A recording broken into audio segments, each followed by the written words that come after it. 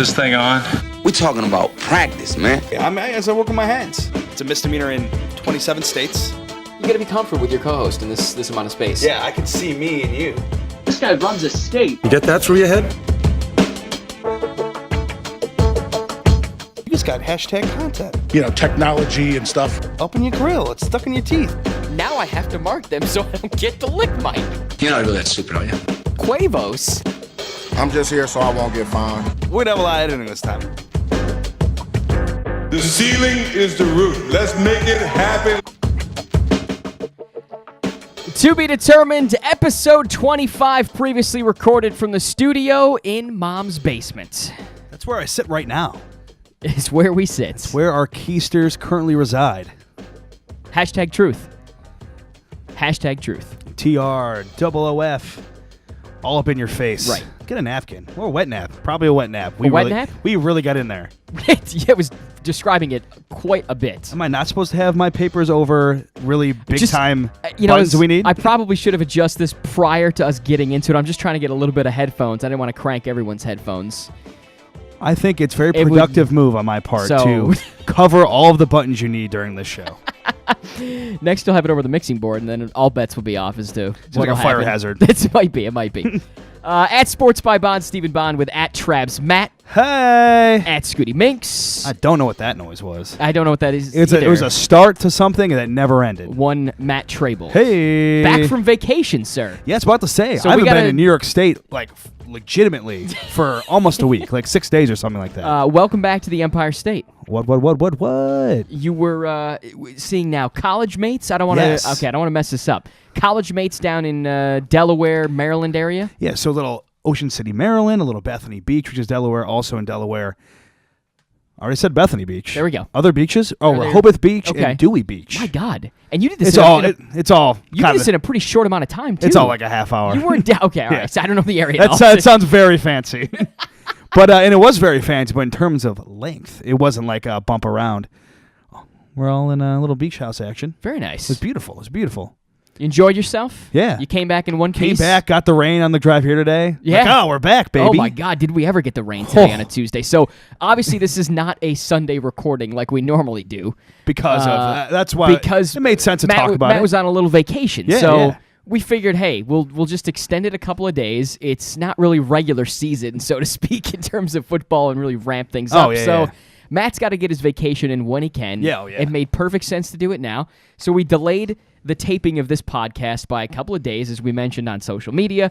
I'm sure about 3 of you saw that, as I tweeted it at a random time. Not a very good tweet, and not very well-timed tweet on my part, if I should say. Yeah, when you watch this, you'll be shown me doing a lot of shoveling thing. That's Yes. because, man, you spoke of So the rain. Yes. So as soon as Trabs Matt got to the house today, the downpour had come through Rochester. He drove straight through it. I mean, I think it was following me. It was. Either that or you were following it. I thought I heard some beeping. It was just had one of the I don't know, the bombs or something. I don't know Okay, what's that's going not good. That's not good. on. Was it C4? Describe the drive on Doesn't the make any way sense. here to Mom's basement. Whew. Rain. And hey, you just got to have some chill. People slam on their brakes. Yeah, seriously. Just have some chill when you drive. But a lot of 15 to 25 mile per hour ridiculousness getting here. So crazy just to get out there. And then as soon as you got here, I put you to work. Yeah, a tracker. There There not we like go. a C4 Okay, bomb. I was like, I was going to just plow right through that. Sweet Mother Earth had a tracker on me. She was just following me with just rainy rain. So as soon as you got here, the pool, which I've had issues with. I've had issues with the electronics, the electrical system in the pool. Oh, good. Water and electronics. Yeah, it's good. It's a good combination. So the pump is off right now. Normally, I'd be able to just drain the pool through the pump and the filter, but that wasn't an option today because we've got some things on the fritz. So we were out there physically bailing water today, which I appreciate you doing. We had a blast. Stepped right up. We had a blast. Just all up in We the got splash soaked. zone. Yeah. It was quite the experience. So yes, that was how we began producing today's show. Was just by getting completely drenched and decided to come back in and try to warm up and yeah. The main topics of the A block. So this episode 25, is going to be a little different. It's just going to be Trabs, Matt, and myself. You are welcome. You will not. You will not hear any other voices unless someone decides to interrupt the taping. in which case we can't help that. So the idea being we're going to run through 4 blocks like we traditionally do, but we've got 3 major topics we'd like to talk about. The Bills and NFL are going to be a bulk of the A block. The B block going to be basically McGregor and Mayweather, as that fight will be on Saturday before we tape episode 26. Now, I'm not sure you can legally it's put Mayweather before or McGregor right. before Mayweather. I think that's in the papers. That's a goof. That's an early goof by me. So Mayweather-McGregor fight. See the choppers are outside right now. Exactly. Mayweather's team is the money team's coming after us. Yeah. Hey. Put on yourself. Right. It did. It's all me. The C block going to be about baseball, and then in the D block we're going to do a couple of segments. Hey. So Segs make the world go round. Something like Was that. that Mahatma Gandhi that said that? I don't think it was. Oh, it's Mary Curie that said that. Sorry. My goof, guys. Okay. All right. Good God. We are into one early on episode 25. By the way, our podcast is now old enough to rent a car. What's that mean? At 25, you can rent a car. Oh, really? You can rent and drive a car. I guess I don't really need to do that much. I didn't know what the age was. That's true. Legally, it can be done by our podcast. All right, so let's jump into it. We're assumed 6 it was minutes 21. into this, for God's sakes. Buffalo Bills, where are we now? That's the question. Where are we now? Oh, boy. Over the weekend, literally right after we taped the Friday show, big thanks to FOTS Danny Fates for joining me while Matt was enjoying himself a much-deserved vacation. Anquan Boldin decides to pull the old preseason Kyle Orton and retire, 13 days into his Bills career, if you can call it that? Oh, my gosh, you're right. It wasn't even 2 weeks. 2 weeks, I don't think. My man. I remember the first day he got out there in the field at St. John Fisher for camp. I mean, he's after stuff is done, the official camp stuff, he's pulling the entire wide receiver core over, and he's talking to guys like a big brother, little brother, because, gosh, he's been in the league for handfuls of seasons, and it seemed like he had this kind of connection. But you hear all these reports that, gosh, from Lorenzo Alexander and the like, that they did not know before tweets that this happened. Yeah, that Twitter informed him. Like a lot of people, It's rough. We all found out through Twitter. At least I did. So Same here. I mean, it's first of all, it's the way things work today. Yeah. Yeah. You have high school kids announcing where they're going to go play college ball somewhere through Twitter now. It doesn't even get broken by, Yeah, they do like doing it themselves. That happens. Although you had just to divert a little bit, you had a major breaking story out of the Rochester area while you were on vacation. So kudos to you. And it was like the middle of the night. Kid.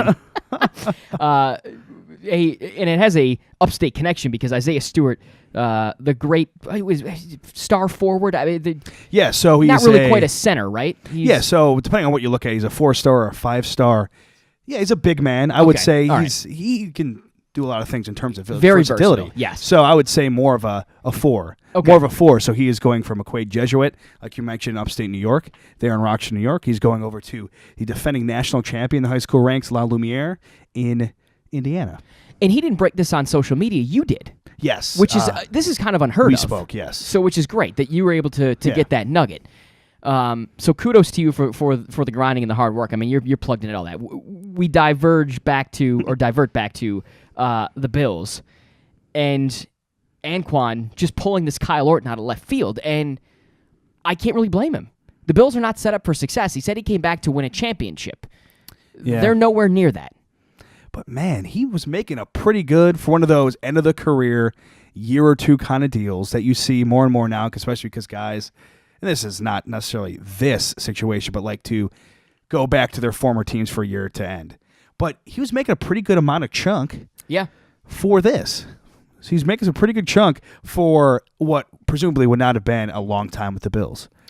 And at the beginning of his deal, his situation looked good. Sammy on the outside, Zay possibly on the outside. Yeah. He's playing the slot. He's not going to be forced to run as much. Tuck in a couple of yards here and there, a couple catches a game. Maybe solidify himself more as a Hall of Famer. In some people's minds, he is a Hall of Famer already. Of course, GM Brandon Beane praised Anquan and called him a Hall of Famer right at the beginning of his brief Bills career. 13 days. Yeah, 13 days. Wow. We'll always have those 13 days. Listen, he's 9th all-time in catches. He wants to do things outside of football. That's ultimately what he wants his legacy to be. If that's where his heart is pulling him, then he's no use to the Buffalo Bills. If his head isn't going to be all the way in it, then what use is he to Buffalo? Yeah, it'd be better for both parties if that is actually the reality of it. But you think about it from the Bills' perspective, he was going to be a much bigger part of this. Yeah. Because of what happened with Sammy Watkins. And Jordan Matthews isn't yet on the field fully now. So if he wasn't going to be all in and his role just got bigger, then good for both parties, seemingly.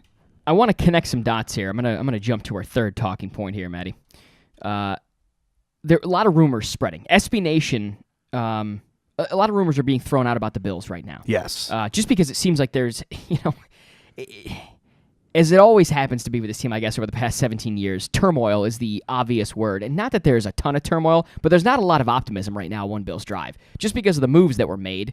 And obviously the Boldin retirement doesn't help things. But rumors and ideas are being thrown out, I guess, around One Bills Drive. And the idea got brought up by SB Nation that the Bills should trade second-year linebacker Reggie Ragland, and former second-round pick, to the Colts for wide receiver Philip Dorsett, who is also a second-round pick entering now his third year. And he really hasn't done much for the Colts.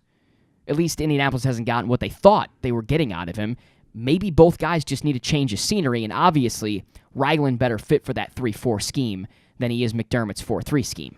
And one of the most surprising parts of Bills Camp 2017, which is now wrapped up, was the fact that Reggie Ragland, at a certain point, he was kind of bumping back and forth with Gerald Hodges a little bit there. Third-team reps a lot, especially towards the end of camp, which is where is more important in terms of seeing where you are in the grand scheme of things for a new roster. So that was very surprising. So I would like personally to see, especially after he had those injury issues last year, I mean, hey, it definitely, we were just talking a second ago about good for both parties. That would be good for both parties. Yeah, it would be. I would think, because I mean, Bills' wide receiver core is decimated at this point, especially with the injury to Rod Streeter. Yeah. That looks like it's a season-ending injury. When it rains, it pours. So now Andre Holmes is your number 3. And now I'm not saying Dorsett's going to come in and be the number 3, but at least gives you options, and that's what the Buffalo Bills need.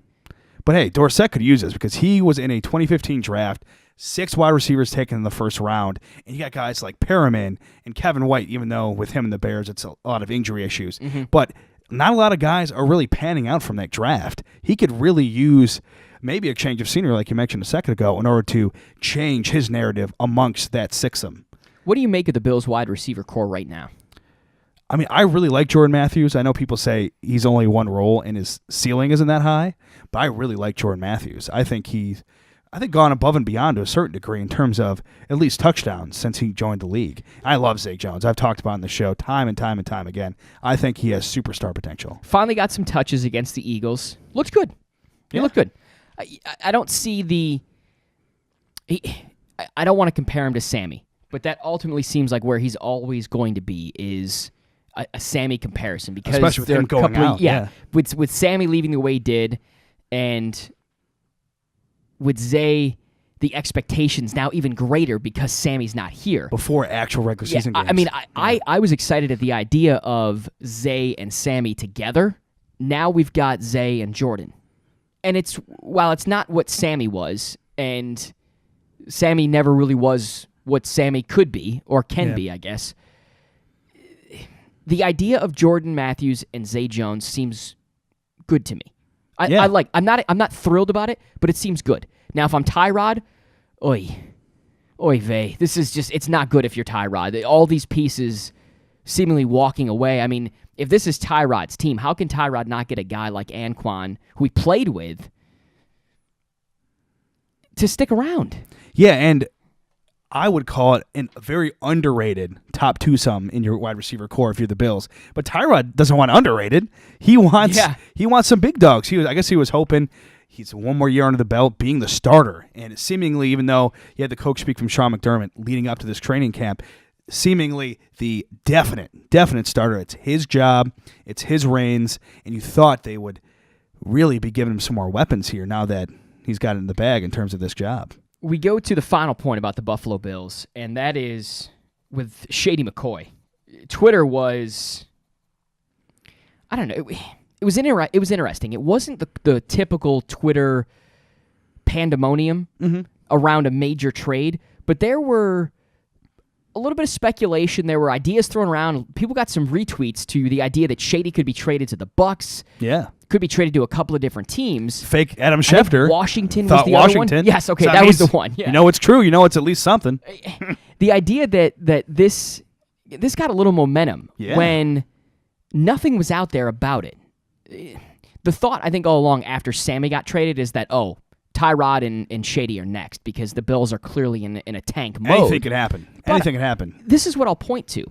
Nobody in the media saw the Sammy deal coming before it happened. Nobody. There were no leaks. There were no whispers. Nothing. Nothing happened prior to the deal actually going down. I don't think if Shady is to be traded that we will actually get heads up on it. I think it'll just happen. That's my thought. Is it good for the Bills? I say no. I think what's good for the Bills, and this is a radical idea, is giving Shady a clipboard and saying, okay, you're done this year. We're not going to play you. Because 2017 appears to me to be a lame duck season. And I get that that's radical and it'll never happen. That's very radical. I understand that is... I think what you do is you pay Shady his money and don't play him, keep him healthy for the year, because this team obviously doesn't care. This regime obviously doesn't care about 2017. You're willing to trade away players for future picks. That tells everybody, and me, I'm including that, I guess, is that we don't care about this year. Regardless of what Brandon Beane says, we're in for the future. And that's fine. If you're in for the future, commit to it. Commit to the future. That's fine.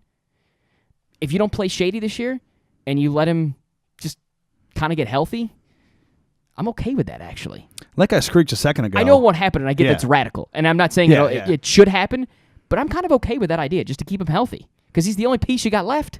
Yeah, like I screeched a second ago, anything can happen. We now live in a post-Brandon Beane making those trades with Sammy Watkins and Ronald Darby Bills world, where, like you said, it came out of left field. No leaks, no rumors, no reports prior. It's something that seems crazy, LaShawn McCoy, in this sense. It seems crazy. But, at least from the Buccaneers side of things, when you have Doug Martin with that suspension. So, from their side of things... But obviously they begin LaShawn McCoy, so everything makes sense from their side of things. Yeah, but, and that's a team that appears to be ready for a Super Bowl run. They've got the defense, and they're going to be led by that offense. Yeah. So I think, anything is possible right now with this front office. Anything's possible. Well, and listen, if LaShawn McCoy can be traded for Kiko Alonso, then I guess it's possible.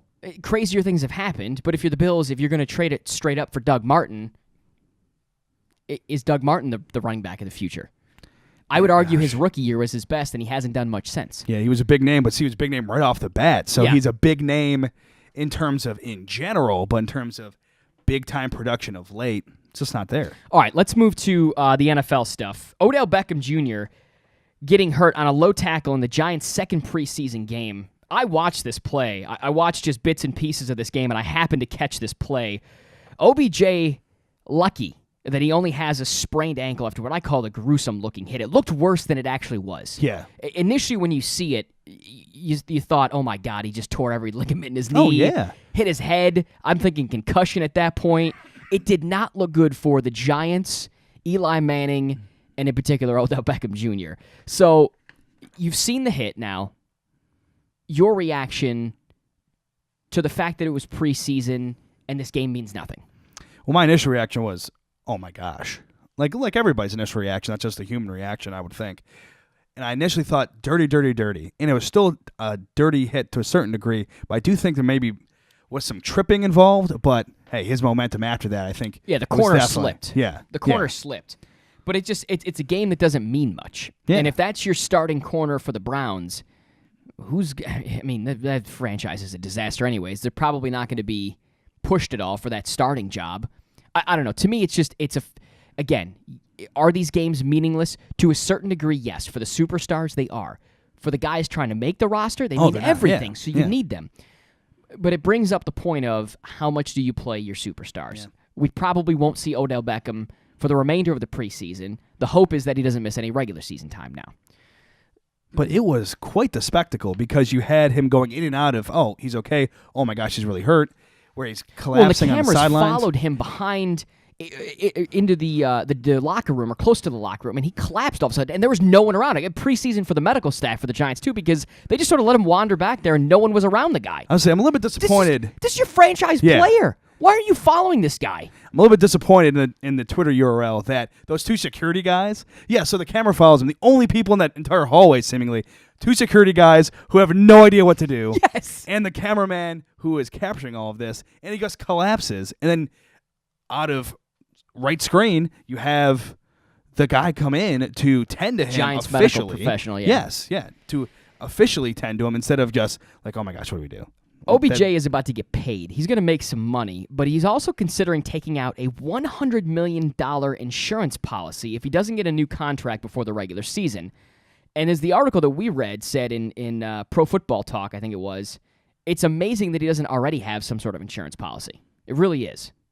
Yeah, especially because, he's not a rookie anymore, and he knows that not only because of his antics off the field to a certain degree, and just the fact that he's out there a lot because he's a superstar, and because he's a superstar in general, and defensive players like to target in on that, I guess I'm a little bit surprised that he doesn't think it's necessary, because you would think you would be getting a lot more major hits and people wanting to majorly hit you than the next guy. Who was the linebacker that came out of Notre Dame that tore his knee up? Is it Jalen Jalen Smith? Smith? Okay, Jalen Smith had an insurance policy. Yeah.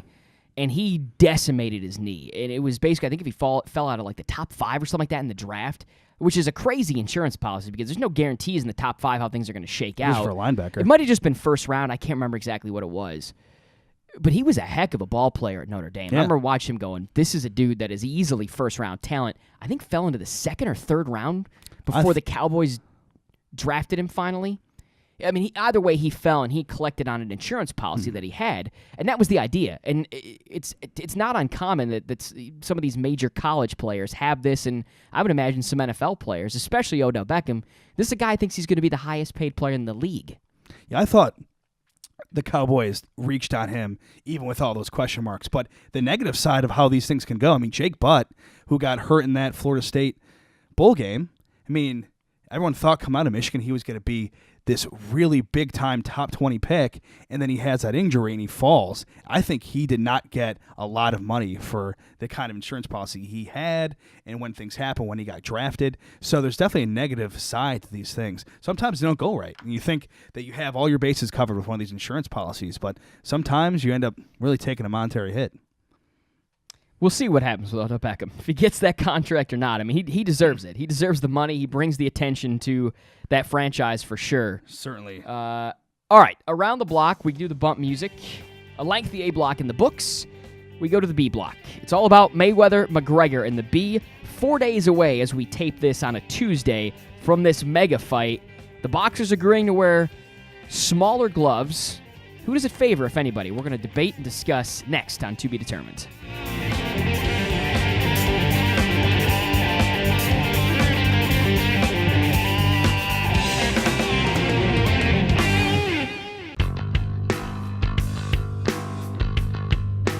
My podcast brings all the boys to the yard. You knew it. It's better than yours. It's To Be Determined. I don't know if I said that The well voice at enough. the end was really creepy, if I'm honest with you. That was what I get for not planning at all. You said To Be Determined a little creepily. Well, I don't even know. Did it pick up? Because I was barely. I was just whispering sweet nothings to you people out there. Sweet. It was sweet nothings. It was scary nothings, I think, more than they were sweet, if I'm You're honest. right. You're right. All right. Sassy. So To be determined at TBD_show. You can find us on Twitter. To Be Determined show on Instagram. Instagrammed. Wait.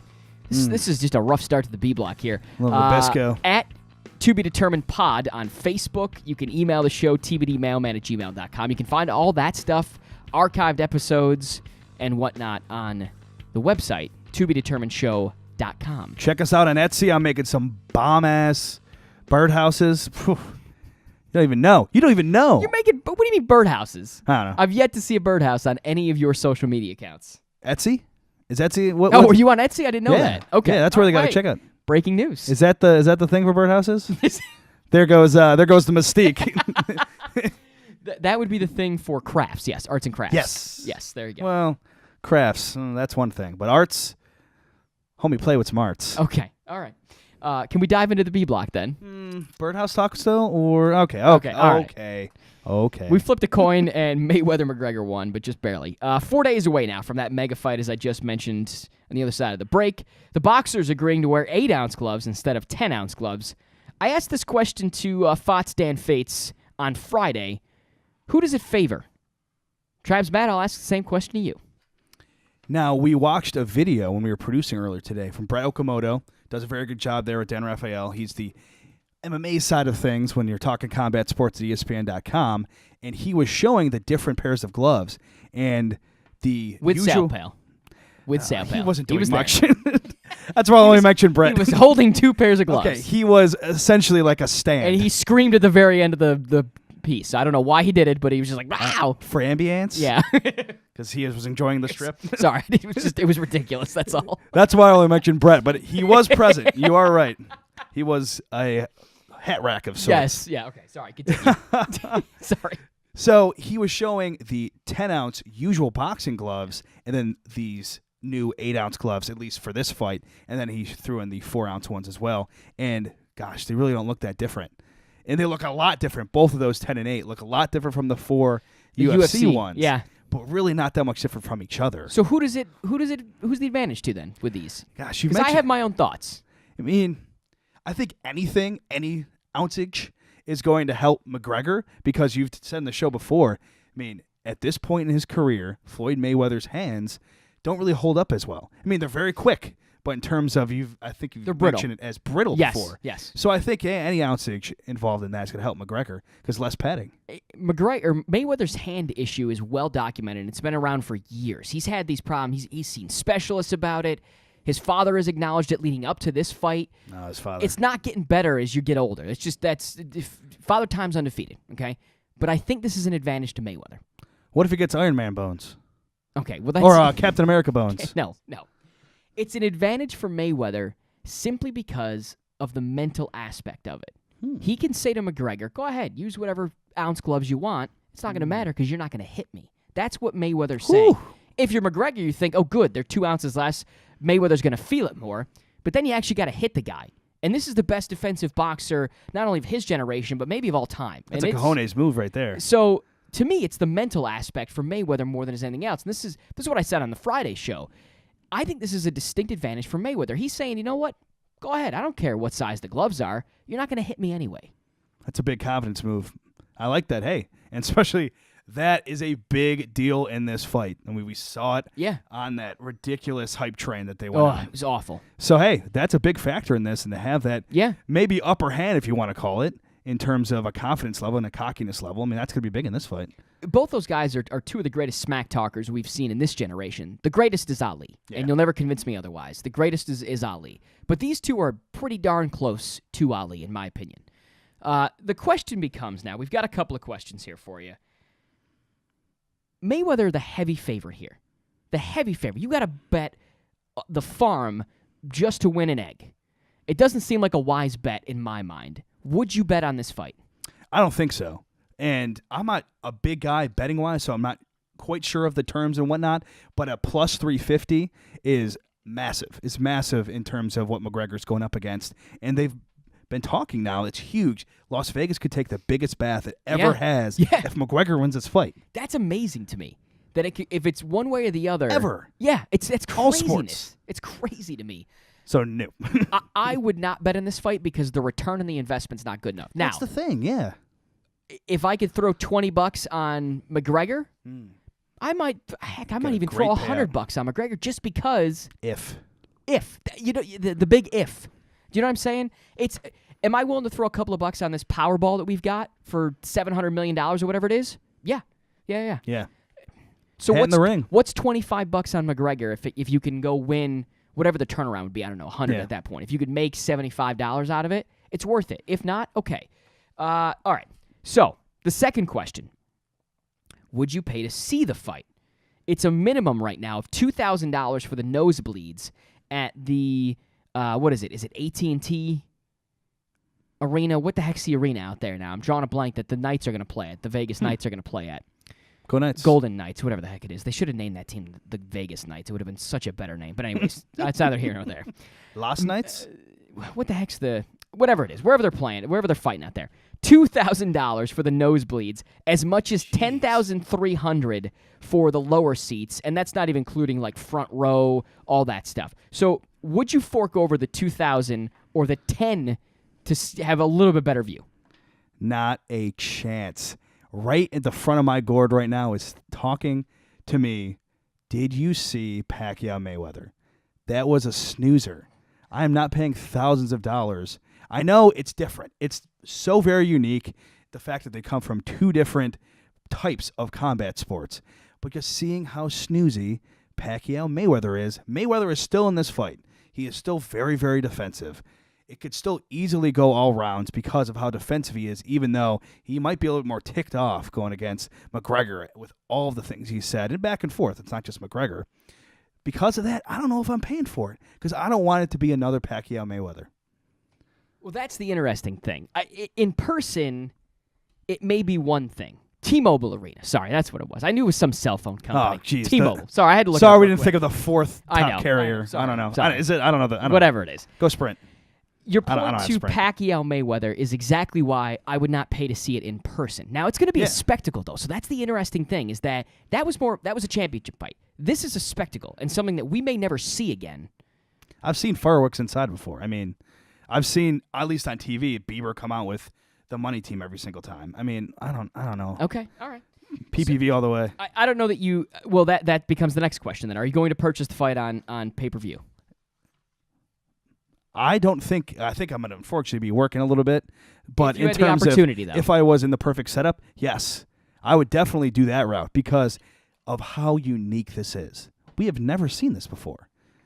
Two different, and to a certain degree, in the world of combat sports, very different. Yeah. We have never seen one guy from each get joined in like this. It's a spectacle, and if it's $100, here's the thing. This is my debate in my head. I'm having the debate literally as I'm talking right now. Right now, It's $100. It's a spectacle. It's something we've never seen before. It's $99.95. Whatever the heck it is. It's 100 bones. You've never seen anything like this before. It's two very intriguing characters, and at the same time, or on the other side of that coin, it's another Mayweather fight. And you know what you get with Mayweather. He's going to dance for, what is it, scheduled for 12, 10, whatever the heck it is. He's going to dance for whatever it's scheduled. He'll throw a couple of punches. McGregor's going to get frustrated. It's going to be just a couple. McGregor's going to get frustrated. It's going to be ugly. And we're all going to walk away disappointed like we did with the Pacquiao fight. That is what's going to happen. We know the outcome, yet I still want to purchase this fight. Why? I don't get why. In my own head, I can't explain it. Hey, the real question is, because you thought it was $100, what do you do with that extra nickel? You can do plenty of things. That's not the point to what I just said. Good God. But I just remember how boring that fight was, and then just how perfect it was when he was having the in-ring press conference afterwards. And these moths, I don't know how they got in there, but these massive moths were just remember that. Just clawing at his head. It's like, that was boring. Was it Jim Gray that was in there interviewing too? It might have been. I can't remember now. So but yeah. I think it's going to end up just being moths after a boring Mayweather fight again. Yeah. How fitting. Who you got and why? I think it's going to be Mayweather, and unfortunately, I think it's going to go the distance. I think it's going to be that again, because it's Mayweather. Yeah. He's very rich because he knows what he wants to do, and he's able to execute it. He's self-aware. He has a very streamlined knowing of what he wants to do, and he has the talent to go about it. Yeah, he knows what he's good at, and he does it. Yeah. Simple. And It's simple as that. No one can prevent him, for the most part, we haven't seen it yet, from doing that. No one's as quick as Mayweather, and McGregor certainly does not have the speed. He's got the power. There's the advantage with the power, but he doesn't have the speed. And if you can't see him, you can't hit him. He may get a lucky shot, but it's not. It would be It's lucky. not probable. I mean, if Pacquiao couldn't do it, and Pacquiao wasn't obviously at the top of his game, but Pacquiao was pretty darn good at the time. If Pacquiao really couldn't get him and was frustrated by him, and that's, McGregor's not getting anywhere near him. And so, again, for very similar reasons, I think it's Mayweather, and I think it goes the distance. Whatever the heck it is. However, whatever it's scheduled for, it's going the distance. Usually I'd be like excited, hey, brothers in arms, in terms of us picking the same thing. But the thing we picked, I'm like, oh no. And that's the thing. We know what the outcome's going to be. We know it's going to be boring, but we all still want to watch it. But it's still, it'll still be a spectacle, even if it's just for what happens right beforehand. in terms Yeah. of the guys coming out. I mean, it's going to be a spectacle. It's going to be very, very unique. Yeah, it will be. All right. It's not a bad thing to be. Bump music in. Round the block, we're talking baseball. The Dodgers have been on just a historic tear this summer, and they've only gotten stronger by adding a few pieces late. What the heck happened to Aaron Judge? And is it still too early for the wild card spot? We'll discuss those things next on TBD.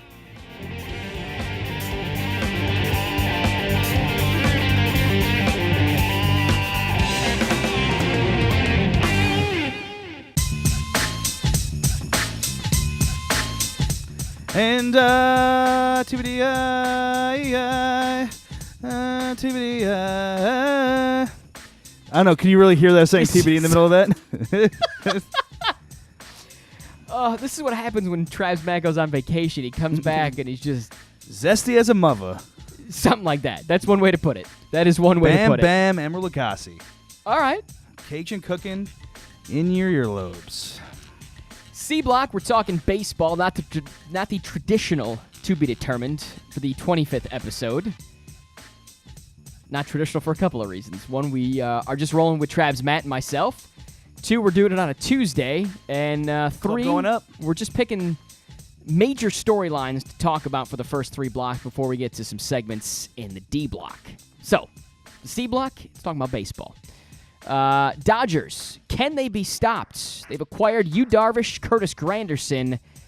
They had just 10 losses in 10 weeks since somewhere in June. 10 losses in almost 10 weeks. I mean, this team is, to me, you can pencil them into the World Series. It's tough. I don't know who's because going to stop them. There has been some great baseball teams this MLB campaign. I mean, the Nationals and Astros are unbelievable baseball teams when you look at the last half decade. But the Dodgers are just so much better, at least in terms of that stat you just rolled off, with what they're doing record-wise in the second half. And they only got stronger by adding to their pitching staff and then adding a savvy vet in Curtis Granderson. Yeah, and I love both of those plays. I have to mention, I mean, it's been announced on the show before that I'm a Pirates guy. Yeah. So you had Garrett Cole with a pretty good lead yesterday. He lost because Curtis Granderson, right off the bat in his Dodgers career, goes grand slam. A lot of people are like, oh, he hit so many home runs as a Met because he's playing in Citi Field. Yeah. Well, that game wasn't Citi Field because the Mets weren't involved. But just Yu Darvish, his first two starts as a Dodger were great. He's now dealing with a little bit of an injury issue, but you add him to an Alex Wood, a Clayton Kershaw, Jansen out of the pen, and just they still have this great young talent with Bellinger and with Chris Taylor. Oh my gosh. It is unbelievable. I mean, Yasiel Puig had that fall from grace, and then he's the one who wins it yesterday against the Pirates on the road in the 12th inning. I mean, this is big stuff. They just have everything. They check off everything. It is crazy, and it's the longevity of it. Clayton Kershaw went out, late July with that back injury? Yes. And the initial reports is that they said it was going to be several weeks, if not a month. And we're closing in on a month here. Yeah. Has he been slated to return yet? I don't know. I think he did some simulation. Yeah, so I think he's at simulation as opposed to just as far along as rehab. So he's close then. I mean, you Rehab assume starts. with simulation that they're comfortable enough in his health that he can return sooner rather than later. So, I mean, this is talk about the rich getting richer. I mean, this is a team that was without their ace and did this work. And it's crazy. I mean, Curtis Granderson, I go back to it. Curtis Granderson is doing this so early on as a Dodger, and a lot of it's because he's getting towards the end of his career in terms of age, and he's showing this. I don't always have the longevity behind it as a Dodger, but just to have that, just the excitement level and how that is going to charge a team with a lot of young guys on it, and him doing what he can do in a clubhouse in terms of bringing them up as well, because all this excitement is only going to help stuff, and he is definitely a part of that right now. It's amazing that this team has been able to accomplish this and do it in a relatively quiet fashion. And I think the reason for that is location. The fact that they play a lot of their games when us East Coasters are in bed. Yeah. We can't see we can't see everything that this team has been able to do because they're not spending the entire month or the entire summer on the East Coast. They obviously are going back and forth, spend a majority of time on the West Coast. There's obviously an East Coast bias when it comes to the major networks and whatnot, so they don't get talked about as much. But this is a pretty amazing feat. I don't know. I mean, listen, the early first half headlines were all the young guys. And they've got one. They've got a young guy. But it was Aaron Judge that you heard about. It was Giancarlo Stanton. These young sluggers is what we heard about in the first half when this team was really developing and gelling and found their groove. And they've just, I mean, this is, to me, this Dodgers team, the Nats without Harper and Harper in question. Strasburg's always injured every other week. I don't think the Nats have enough firepower, and I don't think the Cubs are certainly what the Cubs were last year. They're not the same team. To me, the Dodgers are going to represent the NL. You make a great point about the fact that they were a little bit under the radar, which is hilarious to think about what the Dodgers are now, but in that first half, where I think it would have surprised a lot of people that right on that last day of the first half of this regular season, they actually took over the top lead or the top record in the MLB from the Astros, because the Astros were talked about a lot more, if you ask me. A little bit of that is the coast-biased deal we've been in, but man, it is so hard, and we're seeing it with on a player level. I think we'll get into that in a second. It's so hard to be consistent through the second half.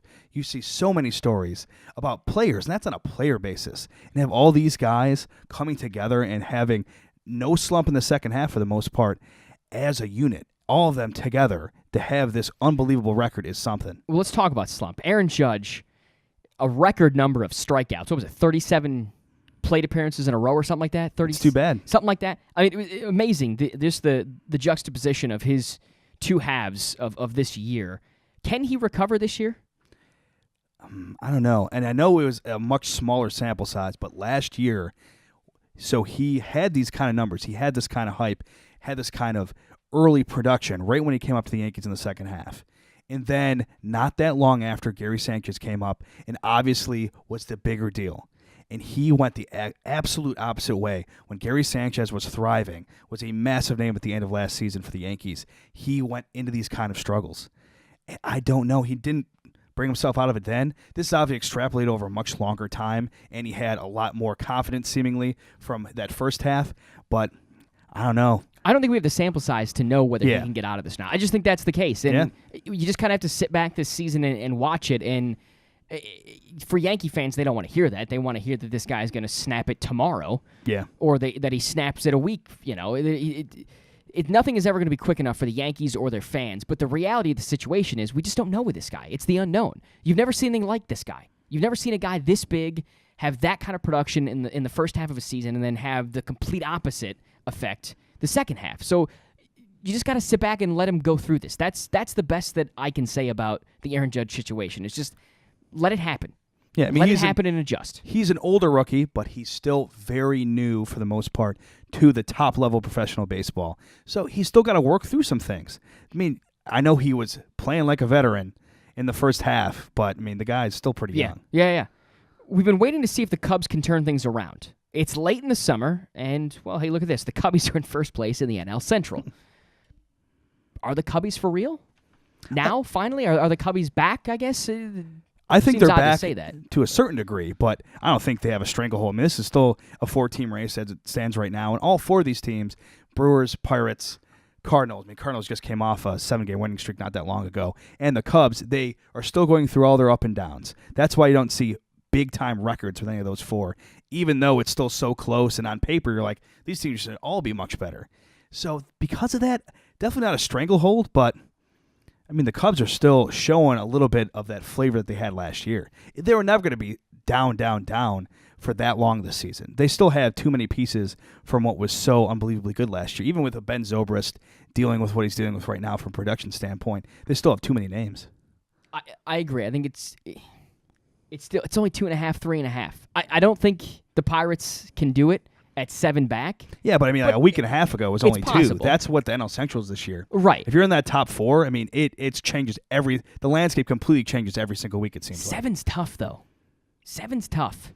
Yeah, but I mean, I was just saying. It can happen. Yeah. It can happen. All right. Still too early to decide the wild card spots? Oh, absolutely. Absolutely. I mean, gosh, you have 8 teams vying for that second spot in the AL that are within 5 games of each other. And then for that first spot, I mean, the Yankees above the Twins right now are only 2.5 games. So that's 7.5 games, which is nothing. I mean, that's just like a week of games. Is there a seemingly. wild card team that can make any noise in the postseason? Because it seems like the tops of these divisions are the ones that are going to be in the ALCS, in the NLCS. I just don't see a wild card team making the noise and getting through some of these top teams. It just, I don't know. I just don't see it. I mean, I don't see somebody knocking off the Dodgers. I think it's going to be real hard for the Astros to be knocked off, or the Indians to be knocked off, or for that matter, Boston, just because of the talent and the experience that the Red Sox have. Even though the NL has the Dodgers, I think if there was a side of this from a wild card perspective that was going to go far, if the team that comes out of it was going to go far, it would be the NL. I mean, the NL West is got three big teams, and that offense for the Rockies is still unbelievable. It's wild. That division is insane. Yeah. I'm looking at it right now. The NL West, the Dodgers are 88-35. Stupid good. 71% win percentage. 20.5 games back are the Colorado Rockies, who, mind you, have a 68-56 record. That's not bad at all. And just below them, a half a game back, are the Diamondbacks at 68-57. I mean, that is... Though the second and third place teams are neck and neck, and they're both tremendous ball clubs, but they're 20 games behind It's absurd. the division leader. They're both double-digit games over 500. It's insane. For the love. I think you're right, though. Out of any of the teams that could make some noise, those two probably could. Rockies to me, yeah. I just don't see it happening. Call me crazy. I don't know. Colorado's not going to be happy with you. I know. I The entire apologize. state. I know it's based in Denver, but it's the entire state. Hey, we've got some downloads out in Colorado. Yes, we do. Shout out to your boy Scotty Kilberry, Yeah. former Channel Big 10 fan. with me. So, all right, bump music in. 3 blocks in the books. 1 block to go. I'm going to turn up the bump music. There we go, so we can actually hear it. D block up next. We're going to do some segments, B-side, numbers, get off my lawn updates, quick bro tip, and we'll push ahead to episode 26 next on To Be Determined.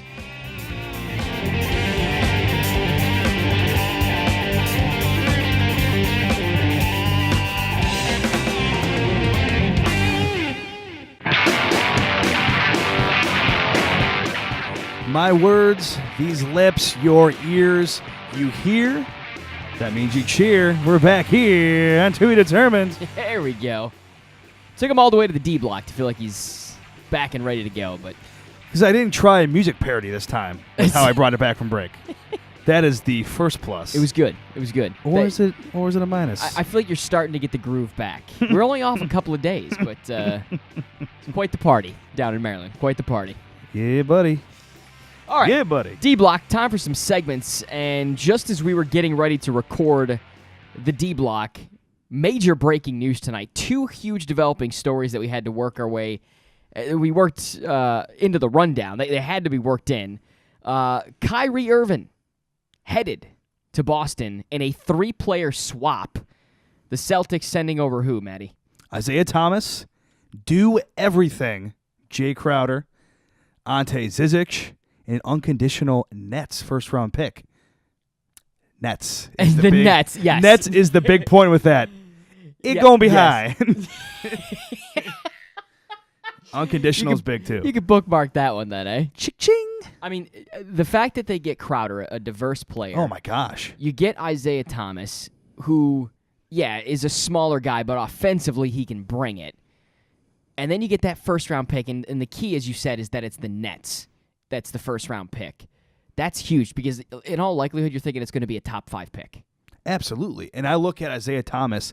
Mo Williams, I think, is someone you look at in terms of a big role on a Cavaliers team with LeBron James. I think he's a souped-up version in terms of him being able to fill out a stat line even more. I mean, Zizic is a guy. I mean, you look at Timofey Mozgov very recently in that playoffs where him and Dellavedova went off. This is a guy I think that can have that kind of impact better than Eddie Tavares at the end of that bench at the very least. And then Jay Crowder, perfect against Draymond Green, if you ask me.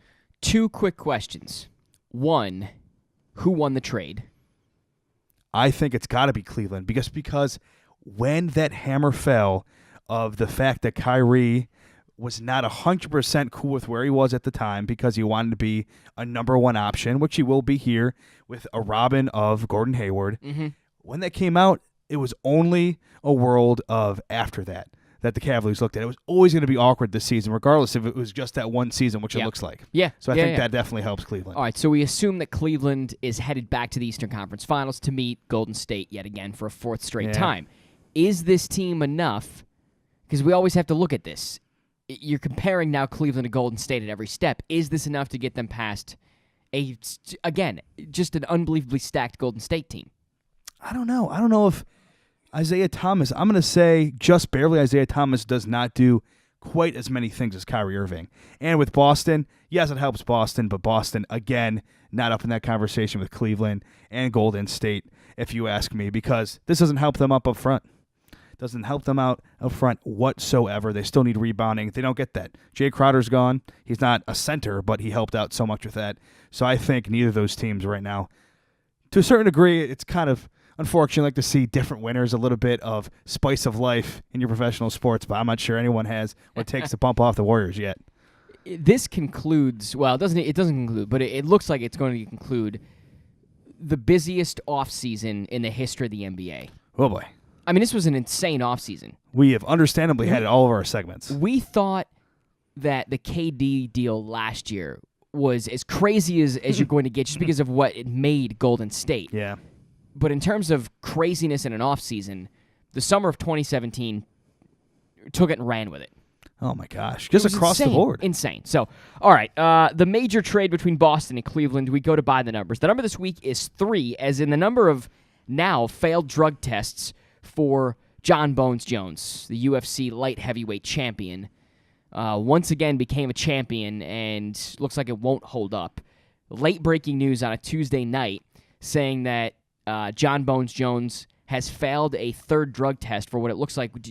I don't want to miss this, Trabs, but it was a anabolic steroid, it looks like? Okay. It ended in ABOL. I don't know the rest of it. Usually a lot of those end with that kind of stuff, but you had the first one with cocaine, the second two, and this one still has to have the final findings out, but you're seeing so many reports, so I guess be surprised at this point if it does go the other way with these last two PEDs.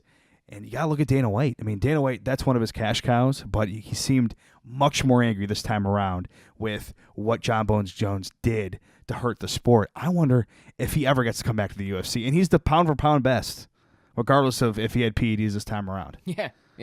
I mean, it's a talent that the sport has never really seen before.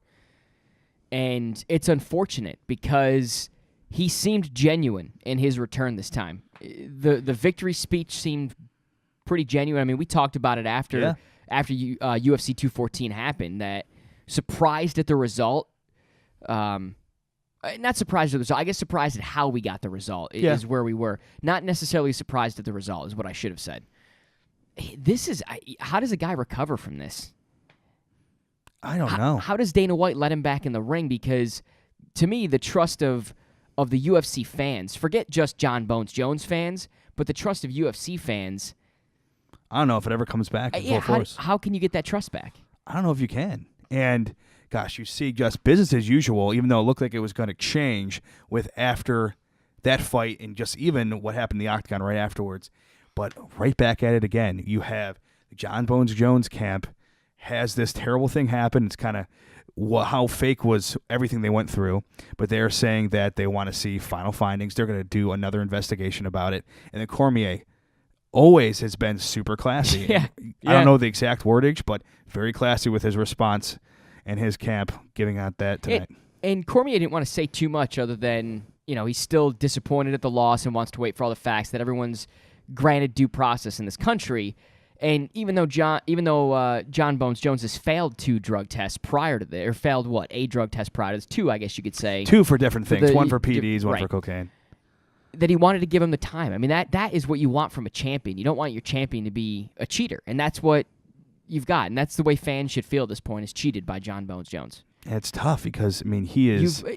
You've missed, though, such an important part of his career because of boneheaded mistakes that he's had. And it's wild because it did not seem like a career, anything could hurt a career that was going up meteorically the way it was when it was. His trajectory. Yes, absolutely. Absolutely. All right. So two major breaking stories late in this Tuesday. podcast on a Tuesday. Woo. Of all days that we decided to do the podcast, we get these two major breaking stories. Lock down that one. Let's move to Get Off My Lawn, the other major breaking story, at least in my life. As you might remember, what was it? Was it episode 24? It was very recent. Or episode 23? I don't know. Download both. I can't remember which one I talked about my parking ticket that I was handed by the city of Rochester. They decided early last week, like Monday or Tuesday, to mail me a reminder that my bill was due. And they sent it to me on the exact day that I could finally pay my bill online, because it took them about a week and maybe 2-3 days for them to actually load the bill into their system. I don't know why it takes so long. Can you imagine if Amazon ran like this? Oh, yeah, you can order the item, and you just give us the money whenever you feel is necessary. You're Amazing slapping to a me. sequel on us right now. It's amazing.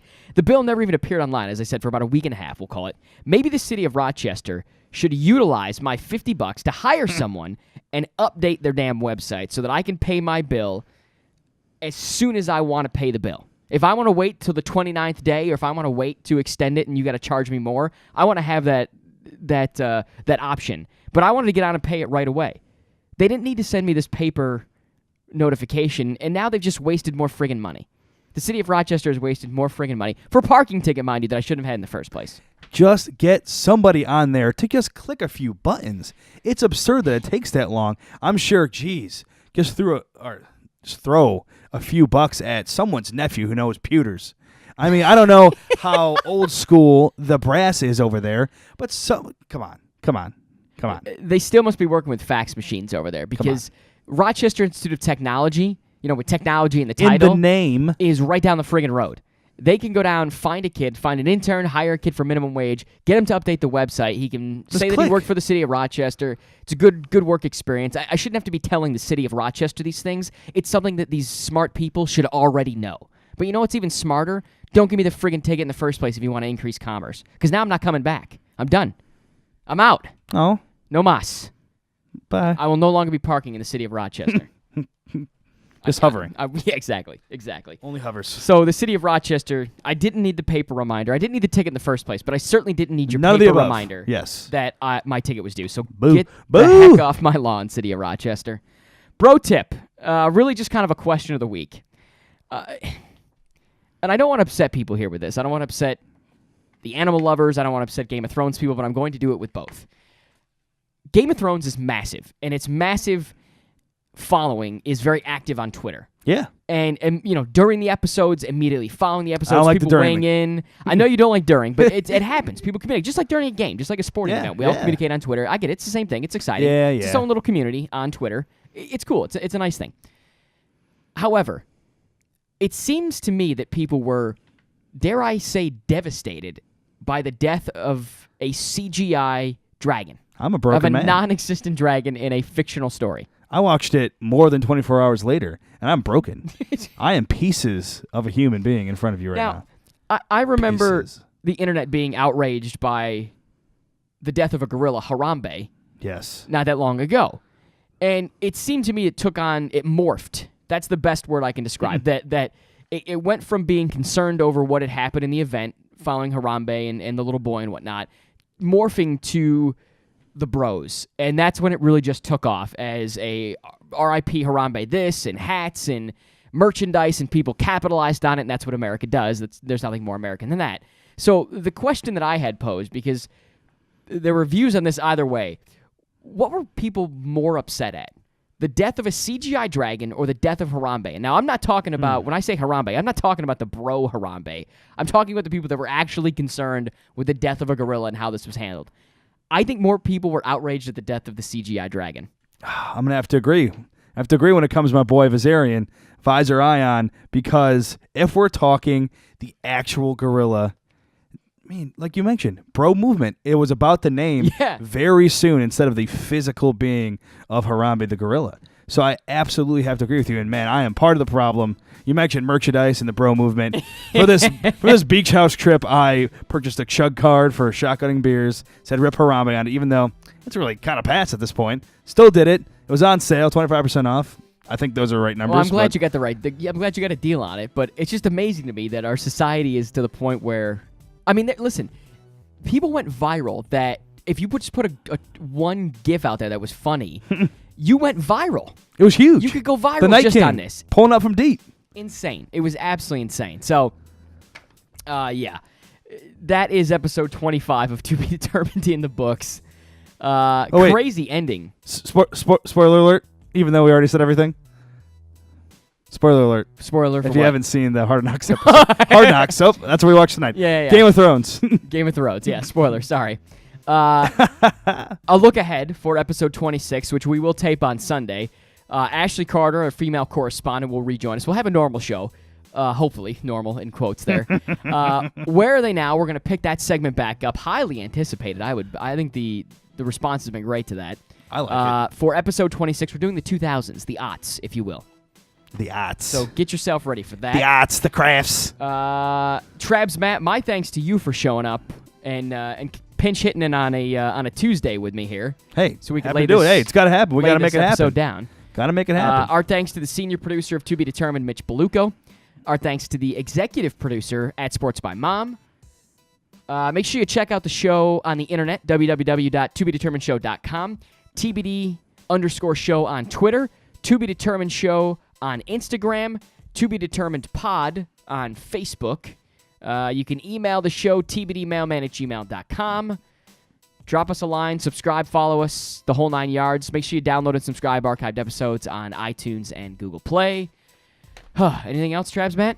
I think you missed the HTTP:// two of them things, because that's what they're really going to need on that URL. All right. Later, boys.